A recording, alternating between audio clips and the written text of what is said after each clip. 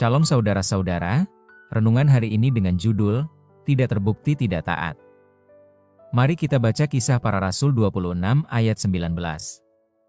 Sebab itu, ya Raja Agripa, kepada penglihatan yang dari sorga itu tidak pernah aku tidak taat.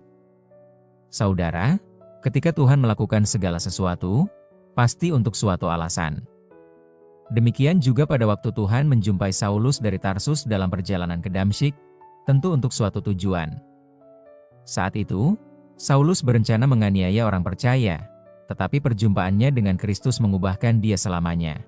Bukan hanya Tuhan menyelamatkan Saulus dari dosanya, tetapi Tuhan mau melakukan hal yang lebih besar dari perjumpaan itu.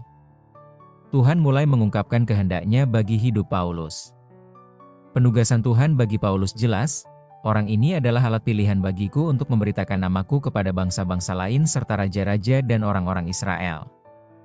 Aku sendiri akan menunjukkan kepadanya, betapa banyak penderitaan yang harus ia tanggung oleh karena namaku. Saudara, rencana Tuhan bagi Paulus, yang dinyatakan melalui sebuah penglihatan, termasuk menjadi saksi di depan raja-raja dan menderita penganiayaan. Paulus menikmati kedahsyatan mukjizat-mukjizat, berkhotbah di hadapan banyak orang, dan mendirikan gereja-gereja. Tetapi Paulus juga dilempari batu, mengalami karam kapal, dicambuk, dihina, menghadapi konspirasi orang-orang yang melawan dia, dan dipenjara. Bagaimana dengan kita? Tuhan juga mempunyai tujuan dalam hidup kita. Dia mengutus kita menjadi saksinya. Tentu ada banyak tantangan yang harus kita hadapi, tetapi, mari berkaca kepada Paulus. Kita tidak pernah mendengar Paulus mengeluh tentang tugas dari Tuhan.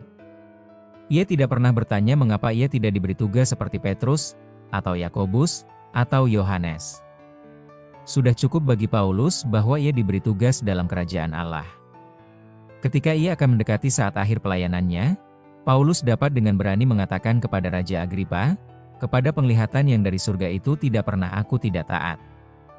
Oh, betapa luar biasa kegigihan dan penyerahan diri Paulus kepada kehendak Bapa.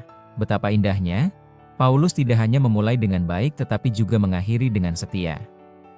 Itulah kerinduan Tuhan bagi kita, agar setiap kita dapat berkata di akhir hidup kita, aku tidak pernah tidak taat. Amin. Tuhan Yesus memberkati.